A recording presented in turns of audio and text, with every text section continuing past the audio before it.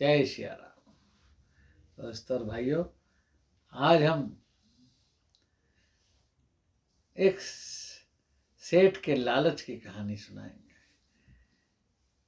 एक महाराज थे, उन्होंने अपने मन में एक ही उनकी कामना कि मैं एक बार कुंभ में प्रयागराज में भंडारा करूं। और जब से वो महाराज बने तब से लेकर और वो पैसा इकट्ठा करना शुरू किया उन्होंने भंडारे के लिए। लगभग 12 साल में उन्होंने बड़ी अथाह मेहनत के साथ पैसा इकट्ठा करने के बाद उस सारे पैसे को सोने के सिक्के के रूप में बदल लिया और एक ऐसी छड़ी बनवाई। उस छड़ी के अंदर सारे सोने के सिक्के उन्होंने भर लिए, ऊपर से उसमें कोई डाट या ढक्कन टाइप उन्होंने लगवा लिया और वो हर टाइम अपनी छड़ी को अपने हाथ में ही रखते थे। 12 वर्ष बाद जब कुंभ का मेला प्रयागराज में लगा तो उन्होंने अपने आश्रम से निकलकर प्रस्थान किया। और पुराना जमाना था, पैदल का टाइम, बस वो चलते रहे। कहीं विश्राम रात्रि होती तो कहीं धर्मशाला में विश्राम कर लेते, कहीं विश्राम कर लेते। एक बार एक गांव में कोई धर्मशाला नहीं थी तो वहाँ उन्होंने पूछा, भाई यहाँ कोई सेठ है, लाला जी हैं जो धार्मिक आदमी हो? तो एक सेठ का पता किसी ने बता दिया कि भाई वो लाला जी हैं, धर्म कर्म वाले हैं। तो महाराज उनके यहाँ चले गए। लाला जी ने स्वागत किया, खाना पीना खिलाया और महाराज कहने लगे, आज रात्रि हमने विश्राम करना है, कल हम प्रयागराज के लिए प्रस्थान करेंगे, हमें कुंभ में जाना है। बोले ठीक है महाराज, विश्राम करो। पत्नी ने और सेठ ने बहुत सेवा की और रात को उनके सोने की व्यवस्था कर दी। अब रात में सेठ जी एक बार देखने आए कि सेठ जी महाराज ठीक ठाक सो रहे हैं कि नहीं। तभी अचानक जो महाराज की छड़ी थी वो बिस्तर पे ही रखी हुई थी, वो चांचक गिर गई और खाट से जब गिरी तो उसका ढक्कन खुल गया और ढक्कन जब खुला तो उसमें से सोने के सिक्के बाहर आ गए। अब सेठ ने देखा सोने के सिक्के, सेठ के मन में लालच आ गया। सेठ ने सोचा महाराज क्या करेंगे, महाराज तो फकीर आदमी है। सेठ ने सारे सोने के सिक्के निकाल लिए। सेठ को क्या पता महाराज की क्या प्लानिंग है, और उसने अपने लालच में आकर सारे सिक्के निकाल कर कक्कड़ पत्थर भर दिए और उसका ढक्कन लगाकर वापस महाराज की खाट पर छड़ी को रख दिया। अब सुबह महाराज उठे, उन्होंने अपनी छड़ी को हिला के देखा, उन्होंने हाँ ठीक है बोल रही है। मुझे लगा सिक्के ही हैं, पत्थर थे तो उन्होंने भी आवाज करी। और महाराज सेठ से कहने लगे, अच्छा अब हम चलते हैं। सेठ जी आपने हमारी बड़ी सेवा की, आपकी कोई काम ना हो तो हम आशीर्वाद कर देते हैं। बोले महाराज सब कुछ है, बस एक कोई पुत्र नहीं है, इतनी सारी धन संपदा है, कोई पुत्र नहीं है। सेठ महाराज कहने लगे, जाओ हमारे आशीर्वाद से तुम्हारे पुत्र होगा। और सेठ जी महाराज ये कहकर और चले गए। और कुछ दिन की यात्रा के बाद जब वो कुंभ पहुंचे तो वहां उनके चेलों ने पंडाल की व्यवस्था की हुई थी। सारी पंडाल की व्यवस्था, कथा की व्यवस्था और भंडारे के लिए भी सारा इंतजाम हो चुका था, सिर्फ राशन आना बाकी था। चेले कहने लगे, महाराज जी पैसे उसे दो राशन, तभी तो भंडारे का सामान आएगा, तो भंडारा बन के वितरण करा देंगे। मैंने कहा ठीक है, कोई चिंता नहीं, आप सामान का ऑर्डर करो, सब पूरा पेमेंट एक साथ वन टाइम। महाराज को तो ये था मेरे सोने के सिक्के छड़ी में भरे हुए हैं। अब कहीं किसी चेले की जान पहचान थी, उसने हाथे ऑर्डर किया, एक ट्रक गेहूं आटा आ गया, एक ट्रक चावल और दाल सब्जी सब आ गई और वो भंडारा बनना शुरू। अब साथ में वो पर्चा लेके उसका, जिसके हाथ से सामान आया था उसका मुनीम आ गया कि लाओ जी इतने रुपए बनते हैं, इतने रुपए दो या कोई चीज़ दो। अब महाराज ने कहा ठीक है देते हैं। महाराज ने अपनी छड़ी खोली और जब छड़ी को उल्टा किया तो उसमें से कंकड़ पत्थर निकले, तो महाराज का तो हार्ट फेल हो गया और महाराज उसी टाइम मर गए। भंडारा वहीं का वहीं बिखर गया, महाराज की इच्छा पूरी नहीं हुई। अब इधर महाराज मरे, उधर सेठ की घरवाली गर्भवती हो गई और उसको एक बच्चा पैदा हुआ। और बच्चा पैदा हुआ तो वो बड़ा निरोग, उसको रोगी था, रोगी पैदा हुआ। बचपन से ही वो डॉक्टरों के यहाँ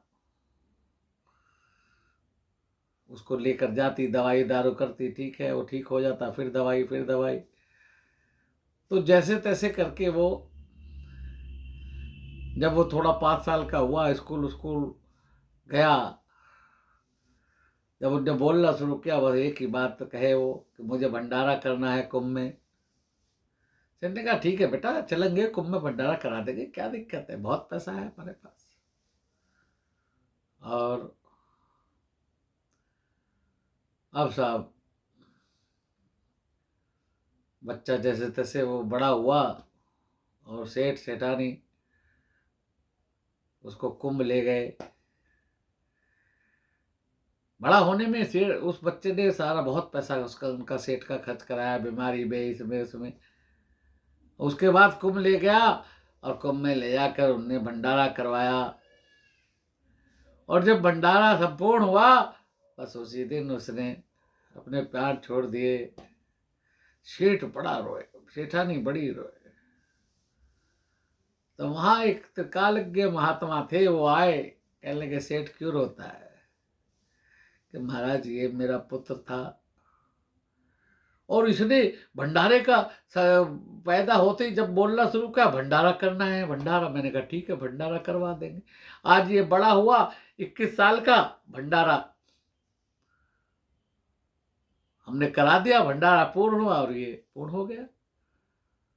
मैंने कहा तुझे याद है 21 साल पहले तेरे यहाँ एक महात्मा आए थे? बोले हाँ, उन्होंने भंडारा करना था।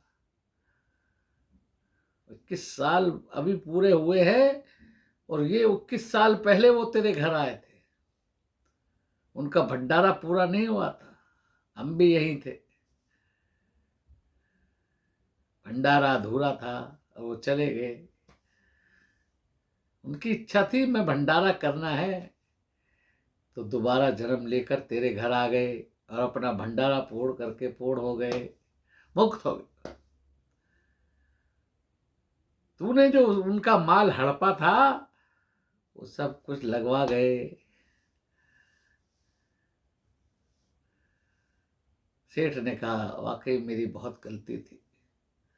सेठ को बड़ी गिलानी हुई, बड़ी उसने भगवान से माफी मांगी, लेकिन फिर भी सेठानी तो रोए, मेरा बच्चा मैंने पैदा किया, 9 महीने कोख में रखा। फिर सेठ ने समझाया, दोनों घर आए।